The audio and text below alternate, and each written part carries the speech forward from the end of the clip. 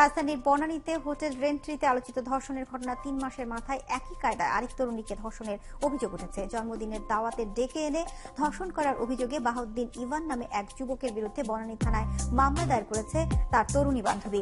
মামলার এজাহারে সদ্য এইচএসসি পাশ করা ওই তরুণী অভিযোগ করেছেন, 11 মাস আগে ফেসবুকের মাধ্যমে ইভানের সাথে তার পরিচয় হয়, যা পরে রূপ নেয় প্রেমের সম্পর্কে। মঙ্গলবার জন্মদিনের কথা বলে ইভান তার 2 নম্বর সড়কের 5 A নম্বর বাসায় ডেকে নিয়ে আসে। এরপর তাকে নেশাজাতীয় দ্রব্য খাইয়ে ধর্ষণের পর মধ্যরাতে তাকে বাসা থেকে বের করে দেয়। অনুসন্ধানে জানা গেছে, ধর্ষণ কাণ্ডে অভিযুক্ত ইভান ব্যবসায়ী বোরহানুদ্দিন বেলালের ছেলে। তার গ্রামের বাড়ি চাঁদপুরের মতলব থানার মোহনপুরে। সে বিবাহিত এবং 2 সন্তানের জনক। এখনো গ্রেফতার করা যায়নি তাকে।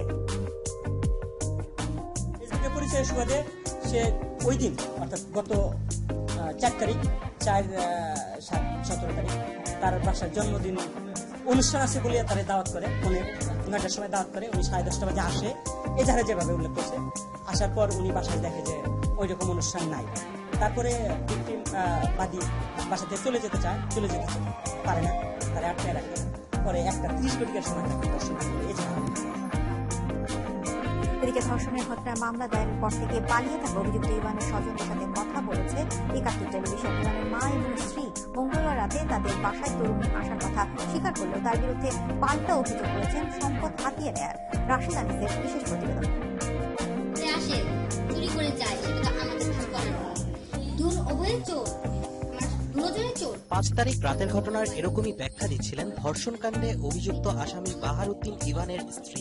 আসছিল পার্টি খেতে আসছিল, আমার হাজবেন্ডের সাথে ওনার শখ ছিল, এসে সব মিলিয়ে যে আমাদের পোস্ট নিতে পারে নাই, এজন্য এগুলো মামলা তিনি জানান সে রাতে তিনি বাবার বাসায় গিয়েছিলেন দাওয়াত খেতে, আর তার অনুপস্থিতির সুযোগই নিয়েছেন তারা দুজনে। পাশাপাশি একথাও বলতেন, অপরাধী হলে অবশ্যই তার সামনে বিচার হওয়া উচিত। জন্মদিন কখন আমি জানি না, অভিযোগ করছে একই সাথে ইভানের মা ও স্ত্রী তরুণীটির বিরুদ্ধে অভিযোগ তুলেন সম্পদ হাতিয়ে নেয়ার। তাদের মতে নিজ স্বার্থ পূরণে ব্যর্থ হয়ে থানায় মামলা করেছে তরুণীটি। আমার আলমারিতে বলে তার 1 লক্ষ টাকা আছে, অথচ আমার চাবি, আমার সবকিছু, আমার সাবান, আমার সবকিছু নিয়ে চলে গেছে। আমার হাজবেন্ডের money bag, memory card, mobile, গামছা, লুঙ্গি এগুলো সব নিয়ে গেছে। বুধবার সকালে ইভান বাসায় এলেও মামলার কথা জেনে ঘর থেকে বের হয়ে যায়। এরপর থেকে বাসার লোকজনের সাথে আর কোনো যোগাযোগ করেনি সে। ও আসছে, ও আসে বোধহয় এগুলা শুই না দাঁড়ায়নি।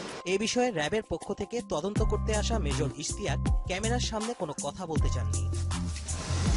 রাশেদ আনিস, 71 ঢাকা।